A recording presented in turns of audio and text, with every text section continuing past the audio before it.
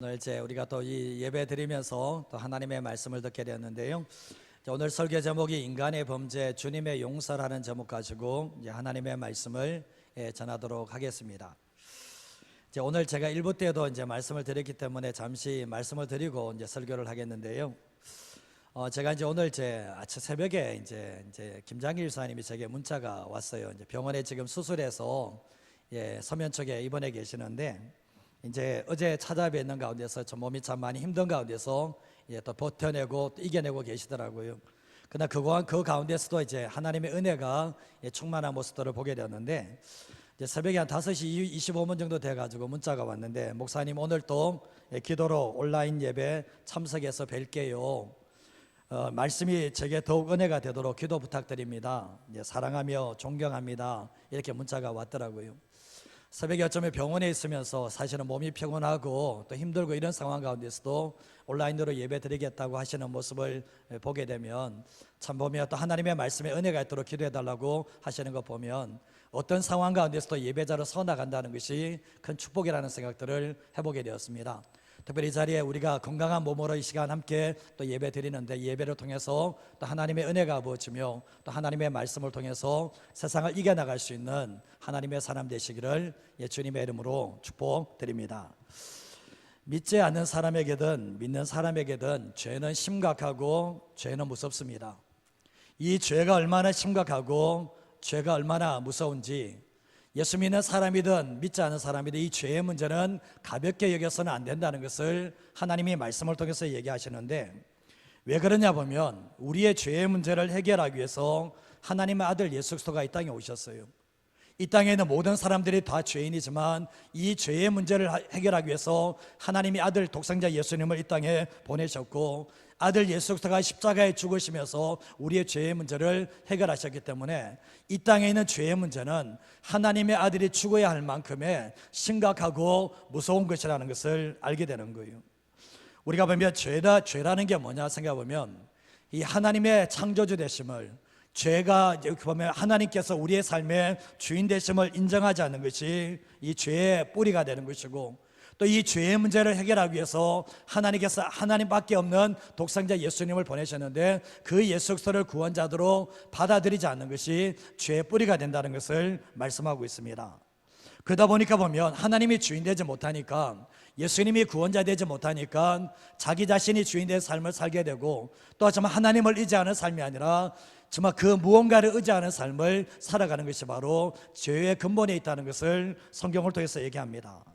우리가 보면 하나님을 주인으로 인정하지 않으면 우리의 생각과 우리의 마음과 우리의 입술과 삶을 통해서 하나님과 반대된 삶을, 죄악된 삶을 살아갈 수밖에 없는 것이 저와 여러분의 모습인데, 우리가 잘 아시다시피 예수님을 믿는 사람들은 회개와 거듭남을 통해서 예수님을 영접하게 되거든요.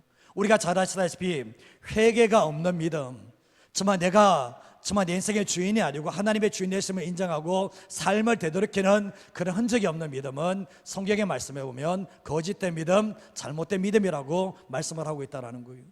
정말 나더러 주여 주여 하는 자가 다 천국에 가는 게 아니라는 거예요. 입술로 고백한다고 해서 다 천국에 가는 게 아니라 분명한 회개의 열매가 있게 될 때 그 사람이 하나님의 자녀가 될 수 있다라고 말씀을 하고 있는 겁니다. 우리가 신앙생활할 때 조심해야 될 것들이 있습니다. 저도 참 조심하는 것 중에 하나가, 첫 번째가 내가 했다라는 것. 내가 했다라는 것. 하나님이 하신 일들을 마치 내가 한 것처럼 착각을 하고, 하나님께서 내게 주신 복들을 내가 뭔가 이루었다고 착각하는 그런 모습이 우리에게 있는데, 이것은 하나님의 은혜를 도둑질하는 거예요. 하나님께서 내 삶의 모든 것을 해줬음에도 불구하고 내가 했다고 하는 것 자체가 하나님 앞에 엄청난 교만이라는 것을 알게 됩니다. 두 번째로 하시는 게 뭐냐 보면 하나님 외에 다른 것들을 의지하는 거예요. 내가 했다는 것도 문제지만 하나님 외에 다른 것들을 의지하는 것이 문제가 되는데, 이게 우상숭배예요. 하나님 옆에 다른 것을 둬서 동시에 사랑하고 섬기는 것이 성경에서는 우상숭배라고 말씀을 하는데, 예수 믿는 사람이 가장 많이 무너지는 게 우상숭배예요. 이 무너짐의 요소가 가장 심하다는 것을 알게 되는데, 이런 위험 요소가 저에게도 있고 여러분에게도 있다는 것을 부인할 수 없는데, 조금만 방심하다 보면 우상숭배에 하나님보다 더 의지하는 대상들이 우리에게 찾아온다는 것을 알게 되는 거예요. 우리가 주님 외에 의지하는 것들을 스스로 제가 하지 않으면 그것이 결국은 내게 걸림돌이 되고 내게 올무가 된다는 것을 성경을 통해서 충분히 알 수가 있게 됩니다. 우리가 예수 믿는 그리스도인이라고 해서 완벽한 삶을 살아갈 수 있는가? 그럴 수 없습니다. 정말 이 자리에서 말씀을 전하는 목사라고 해서 완벽한 삶을 살 수 있는가? 그러지 않습니다. 저도 보면 매 순간마다 넘어지고 실수할 때가 참 많다는 것을 알게 되는데, 세상에 완벽한 사람은 이 땅에 아무도 없고 넘어지지 않는 사람은 아무도 없다는 것을 알게 됩니다. 그런데 우리가 넘어지지 않기 위해서, 세상의 사단의 죄에 넘어지지 않기 위해서 해야 될 게 뭐냐 보면 항상 은혜의 자리에 머물러 있는 거예요. 은혜의 자리에 머무르면서 믿음의 주에 온전케 하시는 주님을 바라보게 되면 결국은 넘어지지 않게 됩니다. 또 우리가 삶을 살아갈 때 정말 연약하고 넘어지기 쉬운 내 자신을 바라보는 게 아니라 주님을 바라보길 때 우리는 뭡니까? 주님에게 시선을 떼지 않을 때에 세상과 사단과 죄의 유혹을 이겨나갈 수 있는 하나님의 사람이 될 수가 있습니다. 다른 방도는 없다라는 거예요. 우리가 보면 주님의 의지하는 것들을 스스로 없애야 되는데, 어떤 목사님이 그런 얘기를 하시더라고요. 그리스도인들이 너무 많이 가지는 것은 진짜 복은 아니다. 정말 분에 넘치게 많이 가지고 있는 것은 그 사람에게 복이 되지 못한다라고 얘기를 하시더라고요. 이 목사님께서 신촌에서 목회를 하시고 은퇴를 하셨는데, 신촌에 사람들이 너무 잘 사는 사람들이 많은데 너무나 많은 것이 주님을 의지하는 게 아니라 주님 외의 것들을 의지하는 모습을 보게 되면서 성도님의 삶 가운데 너무 많은 것은 진짜 복은 되지 않는다라고 얘기를 하시더라고요. 왜냐하면 주님 외의 것으로 이뤄받으려고 하고 주님 외의 것으로 살아가려고 하는 그런 유혹들이 당연하게 있기 때문에 이런 얘기를 하시는 거예요. 우리가 삶을 살아갈 때 가난을 좋아하는 사람은 없습니다. 저도 가난하면 정말 싫거든요.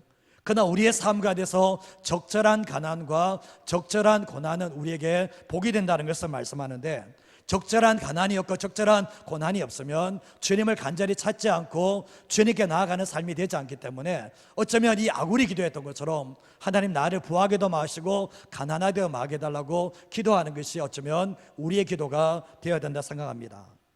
영적인 배부름은 상당히 위험하거든요. 심령이 가난한 자가 복이 있다, 영적으로 배고픈 자가 복이 있다라고 말씀을 하는데, 우리가 주님만 의지하는 신앙을 유지하기 위해서는 결국 뭡니까? 영적인 배고픔이 있을 때만이 유지할 수 있다는 것을 알게 되는 거예요. 오늘 말씀에 하나님의 마음이 합한 다윗이 완벽한가? 완벽하지 않아요. 다윗도 완벽하지 않는 모습을 보게 되는데, 이 다윗이 하나님을 바라보는 순간에는 죄의 유혹에서 이겨낼 수 있었지만 하나님에게서 시선을 떼는 순간부터 죄에 무너지는 모습을 보게 되는데, 다윗의 치명적인 인생을 살아가면서 치명적인 두 가지 제약을 얘기한다면, 첫 번째가 정말 자신을 위해서 온몸을 목숨을 다해서 정말 싸워줬던 충신 우리아의 아내 밧세바를 범하는 사건이었습니다.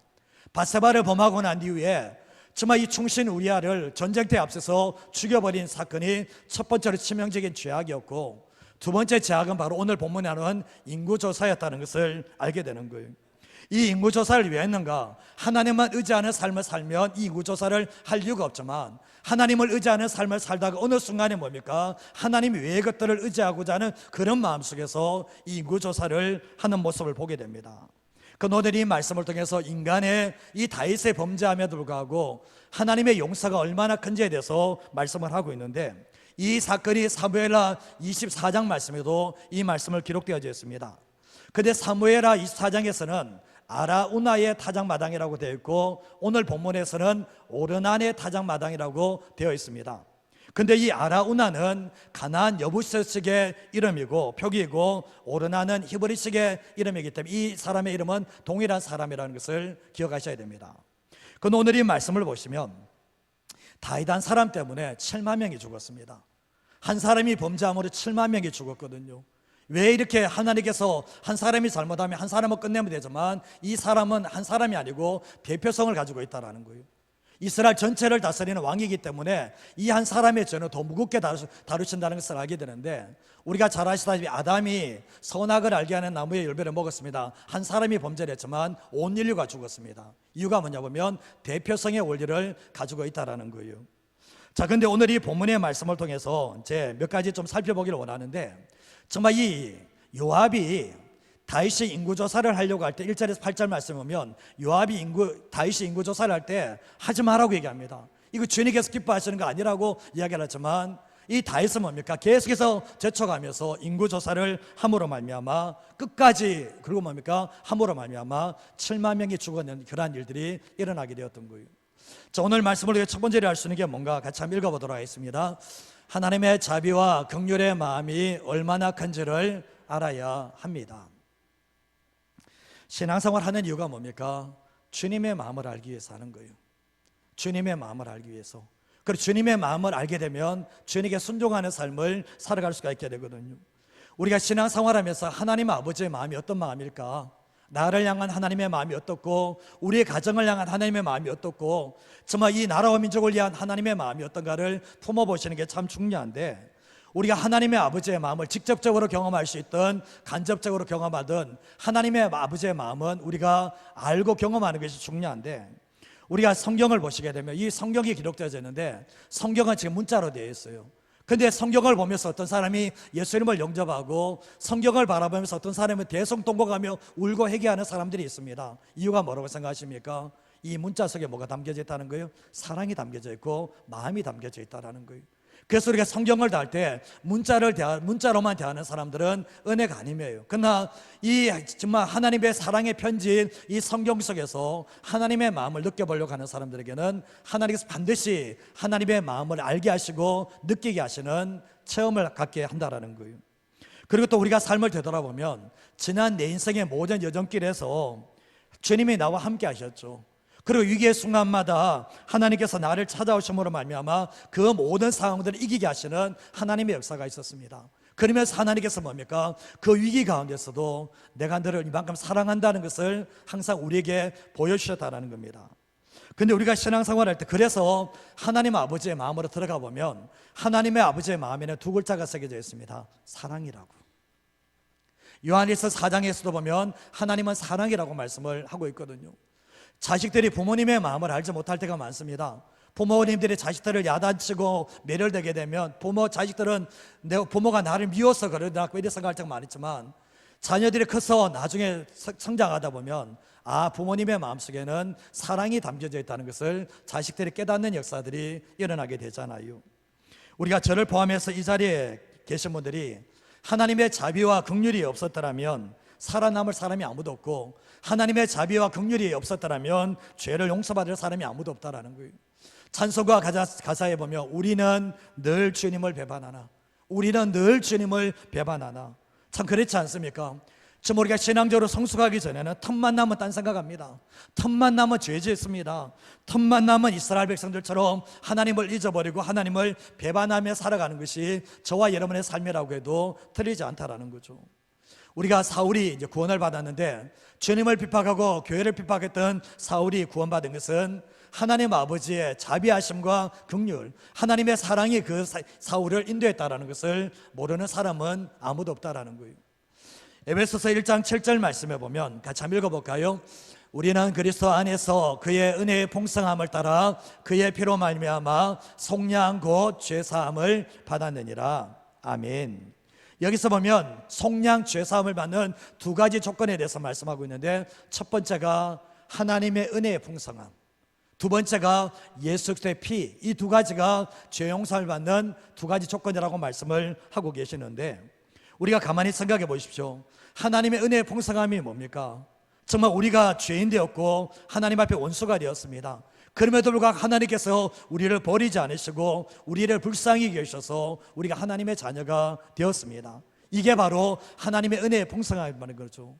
우리가 어떤 사람이 원수를 사랑합니까? 어떤 사람이 원수를 위해서 목숨을 내어줄 수 있습니까? 그럴 수가 없는 거예요.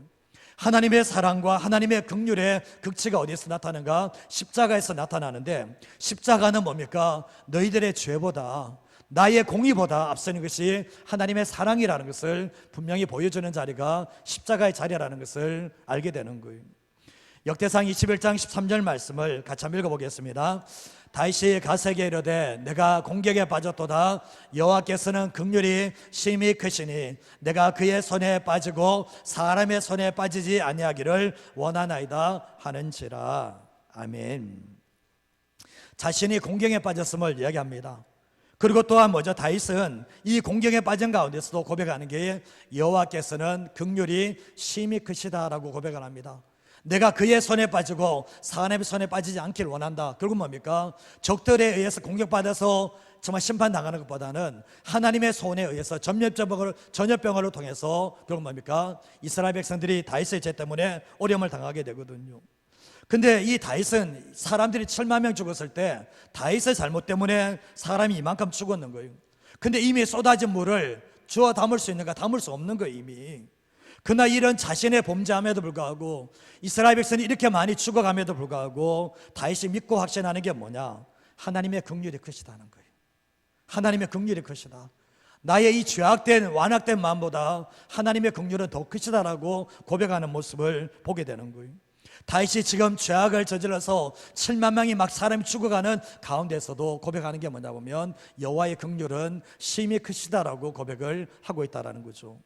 우리의 삶을 살아갈 때도 마찬가지입니다. 죄악으로 무너질 수 있습니다. 정말 예수 믿지 않는 사람처럼 세상의 길로 갈 수 있습니다. 그러나 그 어떤 순간 가운데서도 내가 하나님의 자녀라면 어떤 순간 가운데서도 잊지 마셔야 할 것은 하나님의 자비와 긍휼은 심히 크시다는 것을, 무궁하시다는 것을 잊어버리지 마시고 살아가시기를 주님의 이름으로 축복합니다. 역대상 21장 14절에서 15절 말씀에도 보면 하나님께서 이스라엘에게 전염병을 내리셨는데 이스라엘 백성 중에서 죽은 자가 7만 명이었다라고 말씀합니다. 그런데 15절 말씀에 하나님께서 여기에서 그치는 게 아니라 예루살렘을 멸하러 천사를 이제 보내십니다. 근데 그 천사가 예루살렘을 멸망시키러 왔는데 여호와께서 보시면서 이 재앙 내림을 뉘우치면서 멸하는 천사에게 이제 족하다 그만하라고 얘기하는, 손을 거두라고 명령하는 이 모습을 보게 되는 거예요. 천사는 어떤 존재입니까? 여호와의 명령을, 하나님의 명령을 수행하는 존재가 천사들이잖아요. 근데 이 천사가 예루살렘도 멸망시켜라는 하나님의 명령을 따라서 왔는데 하나님께서 갑자기 멈춰라고 말씀하는데 하나님의 마음이 바뀐 거예요. 처음 마음은 하나님께서 예루살렘도 멸망시키려고 하는 마음이었는데 그 순간에 하나님의 마음이 바뀐 것인데 재앙 내림을 하나님이 뉘우치셨다라고 말씀을 하고 있다는 거예요. 근데 이 말씀이 현대어 성경에서는 정말 재앙 내림을 뉘우쳤다는 이 말이 어떻게 표현되다 보면 그들을 불쌍히 여겨라는 표현으로 되어 있다는 거예요. 그들을 불쌍히 여겨서 뭡니까? 하나님께서 7만 명이 죽어가는 모습을 보면서 한숨을 쉬십니다. 그러면서 하나님의 마음이 편하지 않는 거예요. 편하지 않으면서 가볍고 딱하게 여기시는데 정말 이 3일의 전염병에서 7만 명이 죽어가는 이스라엘 고통을 보면서 하나님의 마음이 아프시면서 천사들에게 이제 그만해라. 내 마음이 너무 아프다. 내 마음이 너무나 힘들게 이제 그만해라고 스톱을 시키는 이런 모습을 보게 됩니다. 하나님은 진노를 통해서 심판을 베푸시잖아요. 그러나 이 가운데서 하나님은 뭡니까? 자비와 긍휼을 잊지 않으시고 하나님께서 사랑을 베푸시는 이 모습을 보게 되는 거예요. 하박국서 3장 2절 말씀에 보면 정말 여호와여 내가 주께 대한 소문을 듣고 놀랐나이다. 여호와여 주는 주의 일을 이 수년 내에 부응하게 하옵소서. 이 수년 내에 나타내시옵소서. 진노 중에라도 긍휼을 잊지 마옵소서. 기도하는 모습을 보게 됩니다. 하박국 선지자가 이해를 할 수 없는 거예요. 왜 하나님께서는 하나님을 대적하는 저 바벨론을 통해서 하나님의 백성이 죄를 지었다고 할지라도 왜 이렇게 멸망을 시키십니까? 왜 징계를 하시고 심판을 하십니까? 라고 하면서 의문이 참 많이 들었거든요. 그러나 하나님의 음성을 듣게 되면서 이 하박국이 기도하는 게 뭐냐 보면 진노 중에라도 뭘 잊지 말라고요? 긍휼을 잊지 말아달라고 요청하는 모습을 보게 되는 거예요. 예레미야가 3장 19절에서 22절 말씀에도 보면 내 고초와 재난 곧 숙과 담즙을 기억하소서. 내 마음이 그것을 기억하고 내가 낙심이 되오나 이것을 내가 내 마음에 담아두었더니 그것이 오히려 나의 소망이 되었사오면 여호와의 인자와 긍휼이 무궁하심으로 우리가 진멸되지 아니함이니이다 고백을 하고 있습니다. 이 유다 백성들이 바벨론 포로로 잡혀갔습니다. 잡혀갔는데 너무나 힘들고 잡혀간 사람이 예레미야가 어떻게 됩니까? 내가 내 마음이 그것을 기억하니까 낙심이 되는데 내 마음에 담으니까 그것이 소망이 됐다고 말씀을 하고 있거든요. 왜 이런 상황이 왔는가 계속해서 집착하다 보면 계속해서 낙심이 돼요. 그러나 이 상황 가운데서도 하나님께서 우리를 버리지 않으시고 진멸하지 않으셨다는 것을 깨닫게 될 때 뭡니까? 내 마음에 담아놓으니까 소망이 되면서 여호와의 인자와 긍휼하심이 우리가 이 바벨론 포로로 왕 가운데서도 무궁하시다는 것을 깨닫게 되는 역사가 일어나게 되었던 겁니다. 우리의 삶을 살아갈 때도 마찬가지지 않습니까? 죄가 없는 사람이 어디 있어요? 안 넘어지는 사람이 어디 있어요? 정말 힘들고 어렵지 않은 사람이 어디 있어요? 그러나 우리가 잊지 마셔야 될 것은 우리의 죄악보다도 하나님의 자비와 긍휼이 더 크시다는 것, 그게 바로 십자가에서 나타났고 우리의 삶을 살아갈 때도 신앙생활은 내 마음이 어떠냐가 더 중요한 게 아니라 하나님 아버지의 마음, 그 자비와 긍휼의 마음이 훨씬 더 크다는 것을 항상 잊어버리지 마시고 살아가는 저와 여러분의 모습이 되시기를 바랍니다. 하나님께서 때때로 우리의 삶을 징계할 수 있습니다. 때때로 우리가 멸혈될 수도 있습니다. 그때도 잊지 마셔야 될 것은 하나님께서 내가 사랑이 없어서 나를 멸하는 게 아니라 하나님의 사랑이 너무나 풍성해서 돌아오기 위해서 멸혈되신다는 것을 잊어버리지 마시고 하나님의 마음에 대해서 오해하며 살아가지 않는 저와 여러분의 삶이 되시기를 주님의 이름으로 축복드립니다. 두 번째로 신에게 뭔가 같이 한번 읽어보겠습니다. 자신의 잘못을 철저하게 인정하고 하나님 앞에 엎드리는 회개가 중요합니다. 하나님께서 사울 왕을 버리시고 다윗을 버리지 않고 사용하신 이유가 있습니다. 죄의 무게로 봤을 때는 사울도 죄를 많이 졌지만 다윗도 엄청난 죄를 지었거든요. 근데 하나님께서 다윗은 끝까지 사용하시고 사울은 내가 세운 것을 후회한다고 했을 때 그 차이가 뭐냐 보면 회개에 있다는 거예요. 회개에 있다는 것을 기억하셔야 되는데, 하나님은 죄를 지은 것보다 더 크게 보는 게 뭔지 아십니까? 하나님의 백성들이 죄 지은 것보다 더 크게 보는 것은 그 죄를 지었음에도 불구하고 회개하지 않은 것을 더 크게 본다는 것을 말씀을 통해 알게 됩니다. 다윗이 보면 밧세바를 범했습니다. 자기의 충신 우리아를 전쟁터에서 죽여버렸습니다. 아무 일 없는 것처럼 지나고 있어요. 생활합니다. 그러나 그 영혼은 지옥이거든요. 하나님과 친밀한 교제가 다 깨어져 버렸습니다. 죄 때문에. 그리고 이 하나님은 다윗이 자신을 찾아오기를 원했는데 다윗이 하나님을 찾아오지 않아요. 그러니까 나단 선지자를 보내서 죄를 지적하게 되었을 때 다윗이 그 자리에서 내가 범죄했다라고 인정했을 때 하나님께서 즉각적으로 죄를 용서해 주시는 하나님의 역사가 있었습니다. 근데 다윗이 나단 선지자가 죄를 짓고 나면 나단 선지자가 찾아올 때까지 기간이 1년 가까이 됐습니다. 얼마요? 1년 동안. 그렇게 심각한 죄를 짓고도 1년 동안 아무 일 없는 것처럼 지내게 되었던 거예요. 그러나 하나님의 아버지의 마음은 안타까운 게 뭐냐 보면 정말 내 마음이 아픈 사람이고 언제든지 돌아오기를 원하는, 너가 회개만 하면 내가 용서해 주겠다고 그런 마음을 가지고 계시는데 1년 동안 찾아오지 않는 그것 때문에 하나님이 너무나 안타까우셔서 하나님이 먼저 찾아가시는 하나님의 역사가 있게 되었던 거예요. 어쩌면 다윗은 하나님께 대한 미안함도 있고 죄책감도 있음이었기 때문에 찾아가지 못했을 수도 있습니다. 그러나 다윗이 나중에 회개하고 용서받고 난 뒤에 깨닫는 것은 이것인 게 뭐냐 보면 내가 빨리 찾아갔어야 되는데, 내가 빨리 찾아갔어야 되는데, 마음의 심한 고생과 지옥 같은 삶을 빨리 피할 수가 있었을 건데 빨리 찾아가지 않음으로 말미암아 그 심령의 지옥판이 되는 일들이 있게 되었던 거예요. 회개는 민첩하게 하는 거예요.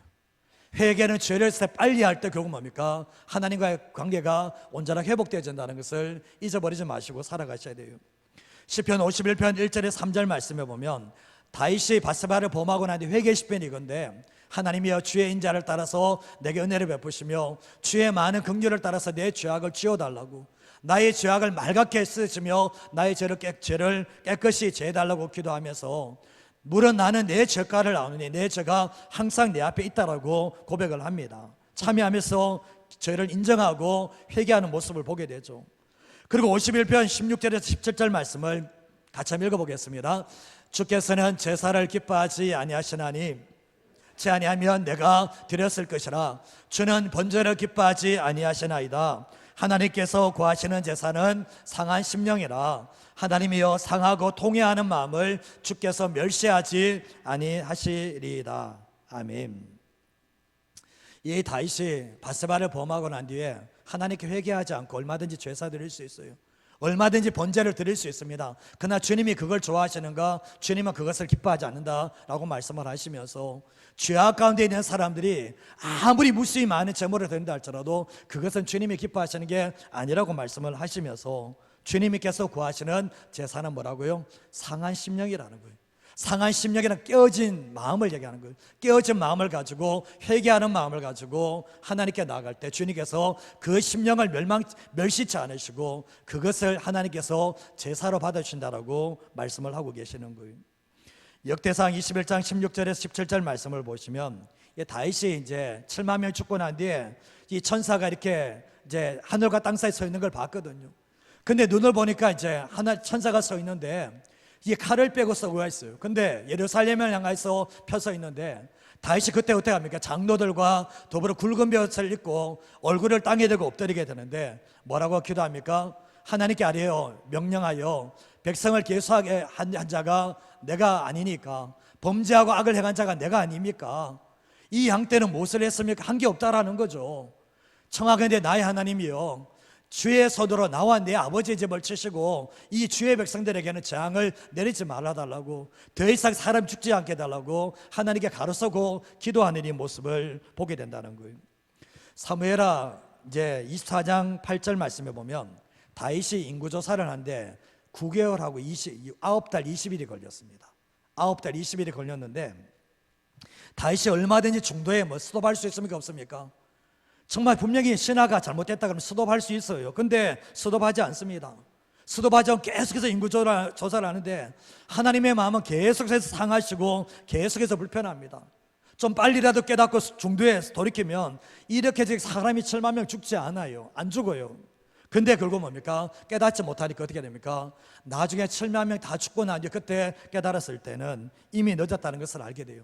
그러나 그 늦은 자리에서 다윗은 어떻게 합니까? 장로들과 더불어 굵은 배를 입고 얼굴을 땅에 대고 하나님 앞에 엎드리게 됩니다. 그리고 하나님께 정직하게 제가 잘못했다는 걸, 인구조사한 것이 하나님 외에 의지한 것이 있었던 것에서 회개하며 나갔을 때 뭐라고 기도합니까?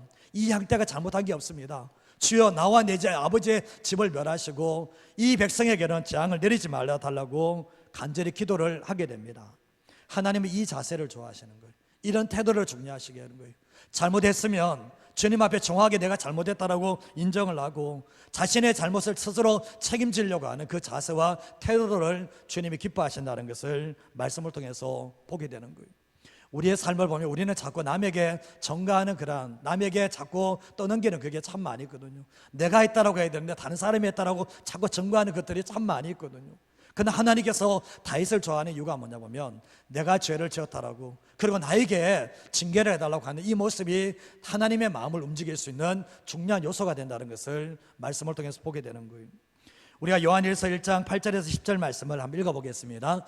만일 우리가 죄가 없다고 말하면 스스로 속이고 또 진리가 우리 속에 있지 아니할 것이요, 만일 우리가 우리 죄를 자백하면 그는 미쁘시고 의로사 우리 죄를 사하시며 우리를 모든 불의에서 깨끗하게 하실 것이요, 만일 우리가 범죄하지 아니하였다면 하나님을 거짓말하는 이로 만드는 것이니 또한 그의 말씀이 우리 속에 있지 아니하니라. 아멘.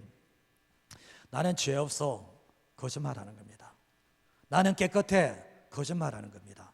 하나님 앞에 하나님께서 우리가 죄가 없다고 한다면 8절 말씀에 스스로 속이가 진리가 그 속에 없기 때문에 나는 죄 안 지고 나는 깨끗해, 이런 얘기를 하는 거예요. 그러나 9절 말씀에 보면 만일 우리가 내가 깨끗하지 못하는 것을 알고 내 죄를 자백하게 되면 주님은 미쁘시고 의로사 우리 죄를 사하시며 우리를 모든 불의에서 깨끗하게 해주겠다라고 말씀을 하고 있는 거예요. 저에게 기도의 자리에 앉으면 제 죄가 왜 그렇게 많이 보이는지, 하나님 앞에 무릎을 꿇으면 내 죄가 왜 그렇게 많이 보이는지, 정말 하나님 앞에 서면 모든 책임이 다 제 책임 같아요. 그런 마음이 참 들 때가 참 많습니다. 그러나 주님께서 우리에게 원하는 건 뭡니까? 너가 죄를 지었으면 자백을 해라, 인정을 해라. 그러고 난 뒤에 너가 인정하고 회개하고 돌이키게 되면 주님이 하시는 말씀은 내가 네 죄를 용서해 주겠고 깨끗한 삶으로 인도해 주겠다고 우리에게 말씀을 하고 계시다는 거예요. 사랑하는 성도 여러분, 오늘날 왜 한국교회가 병들고 왜 우리의 심령이 병드는지 아십니까? 회개하지 않기 때문에 그래요. 일주일 동안 삶을 살아가면서 하나님을 가까이 하지 않고 정말 하나님의 말씀과 기도로 깨어있지 않고 세상과 짝지어서 삶을 살아가는 데도 불구하고 아무런 죄책감도 느끼지 못하고 하나님께 회개하지도 않고 인정하지도 않고 무릎 꿇지 않는 그것 때문에 결국 뭡니까? 우리의 마음이 딱딱이 굳어지고 결국 뭡니까? 한국교회가 어려지고 있다는 것을 알게 되는 거예요. 우리가 한국교회가 살아나며 우리의 가정이 살아나며 우리 교회가 살아날 수 있는 중요한 요소가 뭐냐 보면 하나님 앞에 정말 마음을 찢고 하나님께 회개하며 하나님께 나아갈 때 우리를 살려주시는 하나님의 놀라운 은혜가 있다는 것을 잊어버리지 마시기를 바랍니다. 어쩌면 우리가 감사해야 될 기도 제목보다는 회개할 기도 제목이 더 많을 겁니다.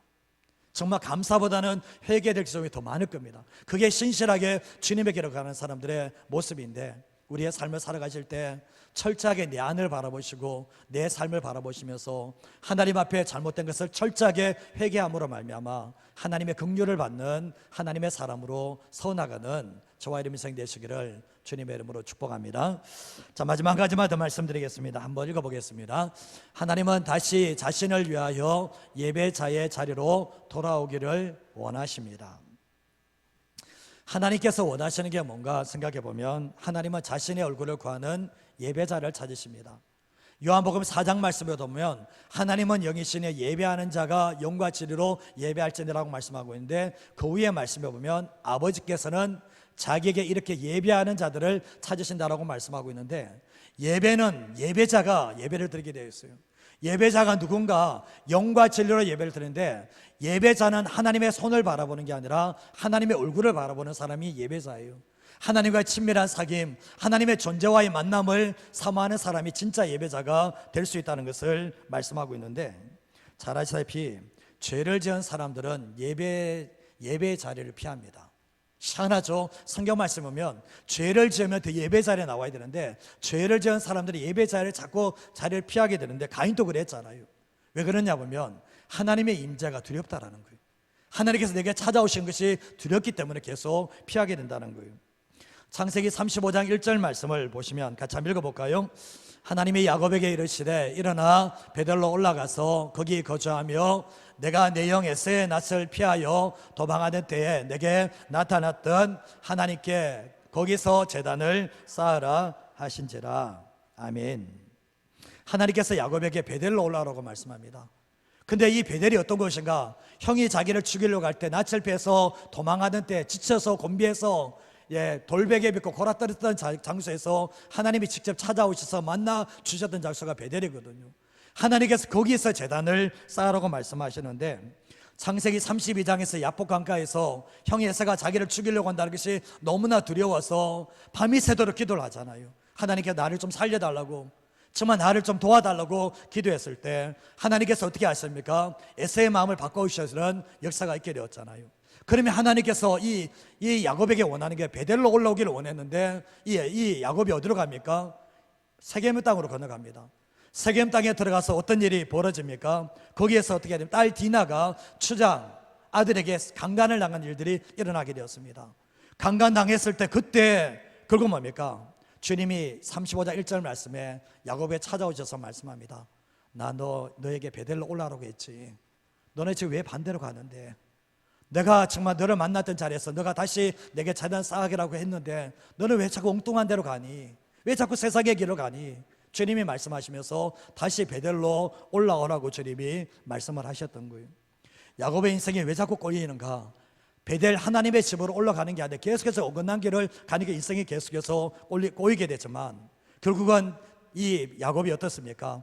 다시 예배 자리에 돌아왔을 때 치유와 회복의 역사가 나는 역사가 있게 되는데 그만큼 뭐가 중요하다는 겁니까? 하나님의 집에서 예배 드리는 것이 얼마나 중요한지에 대해서 분명하게 말씀을 하고 있다는 거예요. 로마서 12장 1절 말씀을 보시면 그러므로 형제들아 내가 하나님의 모든 자비하심으로 너희를 권하노니 너희 몸을 하나님이 기뻐하시는 거룩한 산 제물로 드리라. 이는 너희가 드릴 영적 예배라고 말씀을 하고 있거든요.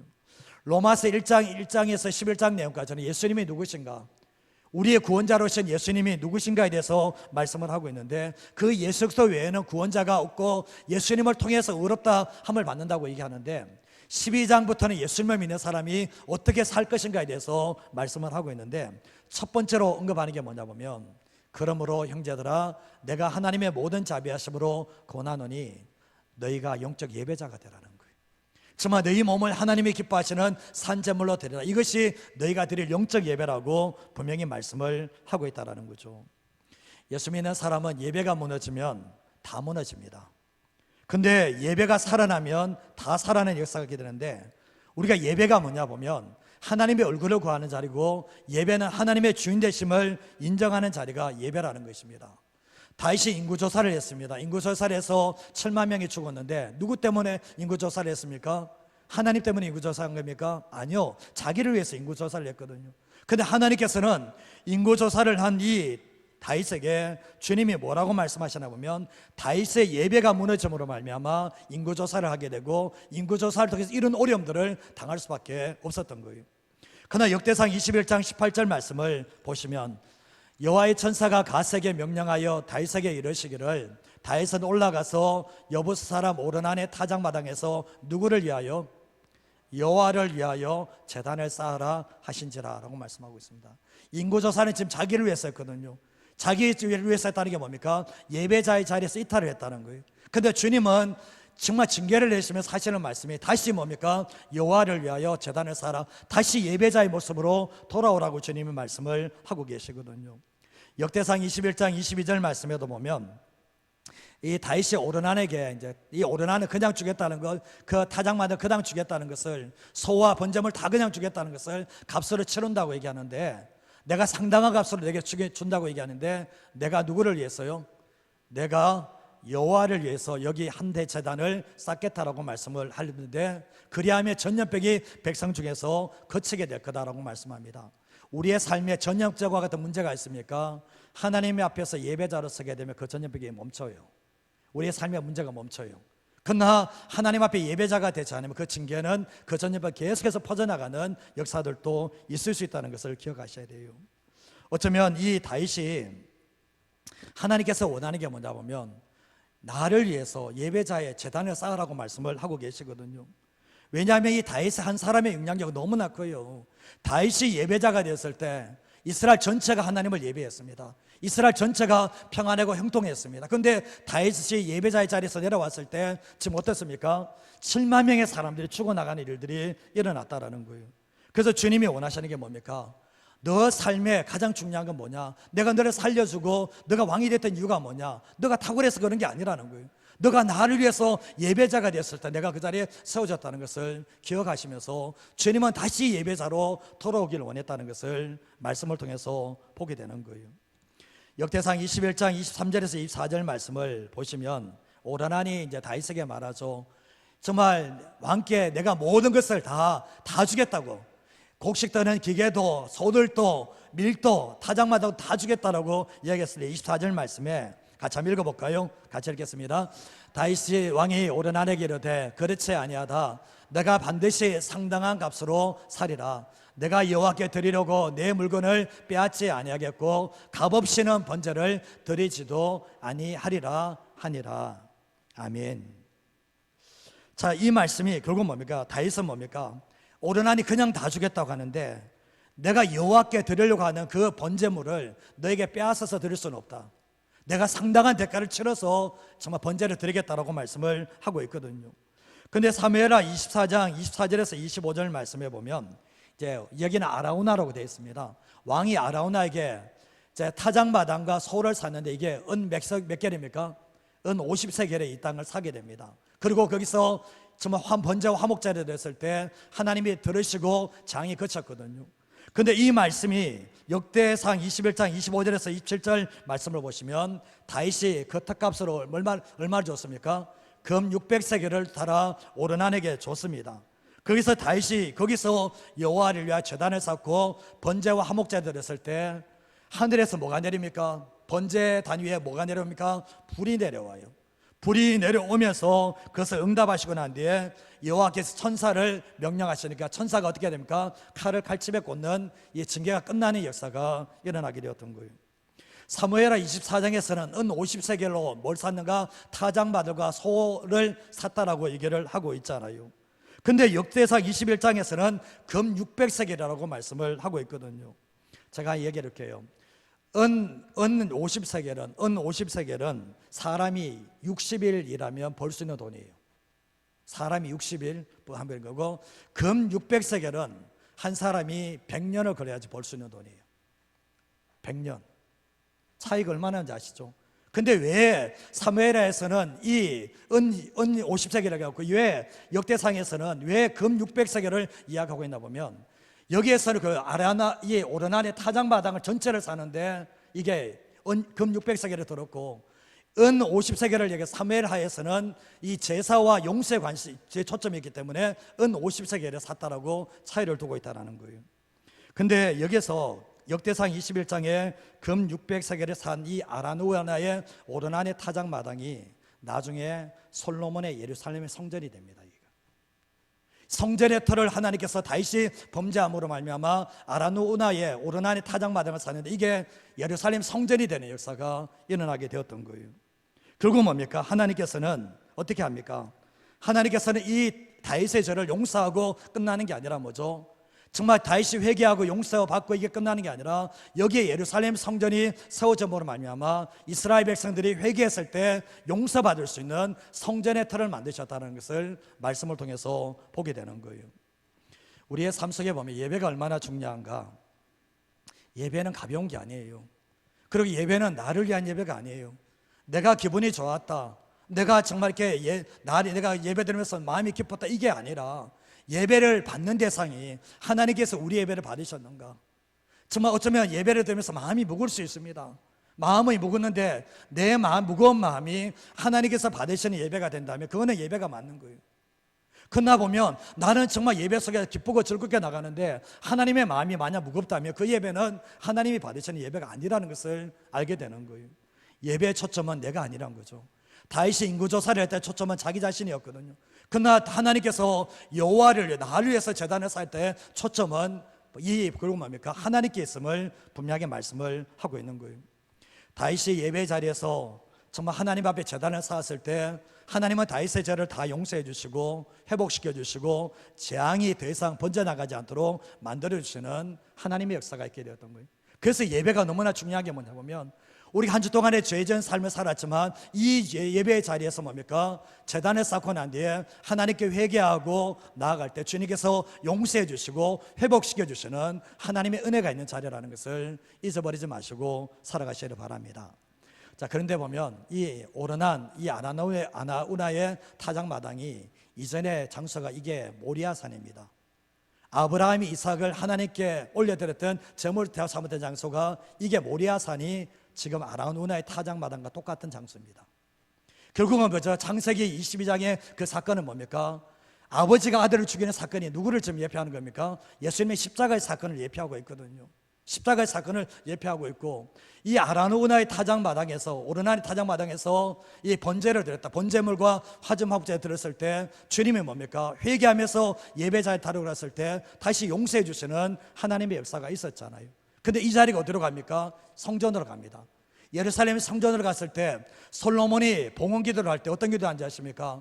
하나님 앞에서 범죄하지 않는 사람이 아무도 없는데 이 성전을 향해서 우리가 잘못된 것을 회개하고 기도하면 하늘에서 들으시고 용서해 달라고 이야기하는데, 이 성전의 특징이 뭐냐? 성전은 하나님의 백성들이 회개하고 용서받고 회복하는 자리가 이 성전이라는 것을 말씀을 하고 있는 거예요.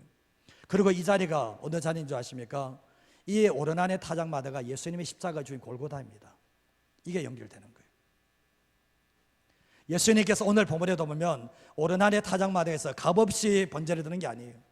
우리의 죄를 용서하기 위해서 하나님의 아들 예수 그리스도가 정말 십자가에서 골고다에 죽으실 때 자기의 생명을 드렸습니다. 생명을 드려서 뭡니까? 정말 하나님 앞에 자신이 번제물 되고 자신이 화목제물 되 있어서 우리를 살려냈던 거예요. 하나님께서 예수님께서 그 골고다 위에서 하나님 앞에 예배의 제물이 돼서 그 우리를 살려주시는 하나님의 역사가 일어났다는 것을 알게 되는 거예요. 그래서 보면 이 모리아산 자체가 얼마나 중요한 자리가 보면, 모리아산이 이 오르난의 타작마당이 되고 오르난의 타작마당이 예루살렘의 성전이 되고 이 예루살렘의 성전이 골고다고 십자가의 장소로 이어지는 역사가 일어났다는 것을 말씀하고 있는 거예요. 뭘 이야기하자는 것입니까? 하나님께서 원하시는 게 뭐냐는 거예요. 하나님이 원하시는 게 뭡니까? 회개예요. 하나님께서 회개하면 용서해 주시고 모든 것을 다 회복시켜 주시는 하나님의 역사가 있다는 것을 우리에게 분명하게 말씀하고 계시다는 거예요. 예수님이 완벽한 성전이에요.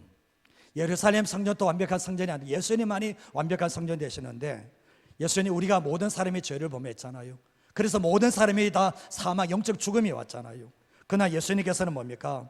우리가 죄로 말미암아 우리가 죽었지만 예수님께서 우리 대신해서 십자가에서 완벽한 번제물이 되시고 화목제물이 되심으로 말미암아, 그러고 난 뒤에 이 예수 그리스도를 받아들이는 사람들에게 하나님의 자녀의 권세를 주시고, 그 하나님의 자녀된 사람들 또한 죄를 짓고 살고 있지만 죄를 지은 자리에서 다시 회개할 때 용서해 주시고 하나님의 자녀를 회복해 하시는 하나님의 역사가 있음을 오늘 이 말씀을 통해서 얘기를 하고 있는 거예요. 하나님의 관심이 어디 있는가? 예배자에 있습니다. 예배가 무너지면 다 무너집니다. 그래서 하나님의 관심이, 오늘 말씀 들어보면 다윗에게 원했던 것도, 내가 너 삶이 깨끗해서 너 그 자리에 세운 거 아니야. 너가 나의 얼굴을 구하는 예배자였기 때문에 내가 너를 거기 세운 거야. 그러나 지금 너가 넘어져서 교만되어서 나 외에 다른 것을 붙잡고 있지만 내가 너에게 원하는 것은 다시 나를 구하는 거야. 다시 나를 찾는 예배자가 되는 거야. 주님이 그걸 보는 거예요. 저도 보면요, 이 설교를 하면서 제일 힘들 때가 있어요. 이 사역을 하면서 제일 힘들 때가 뭐냐 보면 내 안에 이게 식어지는 거예요.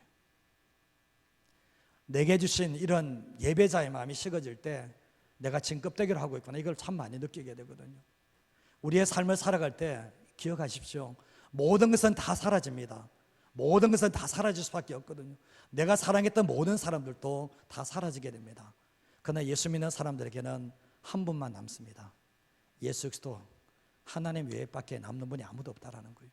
그래서 오늘 이 다윗에게 원했던 것도, 너가 나를 구하는 자가 되라. 정말 너가 나를 간절히 찾는 자가 되라. 그 예배자가 되라고 주님께서 오늘 우리에게 말씀을 하신다면, 삶을 살아가실 때 다른 것은 다 무너진다 할지라도 그 무너진 자리에서 다시 여호와를 위해서 제단을 쌓는, 내 자신을 하나님께 올려드리는 번제물이 되고 하나님과 화목이 되는, 그런 예수 그리스도로 화목되는 그런 예배 자리에 다시 서게 될 때 우리의 인생을 다시 회복시켜 주시는 하나님의 은혜가 있다는 것을 잊어버리지 마시길 바랍니다. 나의 죄보다 하나님의 은혜가 더 큽니다. 우리의 죄보다 하나님의 자비가 더 크다는 것을 항상 잊어버리지 않고 살아가는 저와 여러분 되시기를 주님의 이름으로 축복드립니다.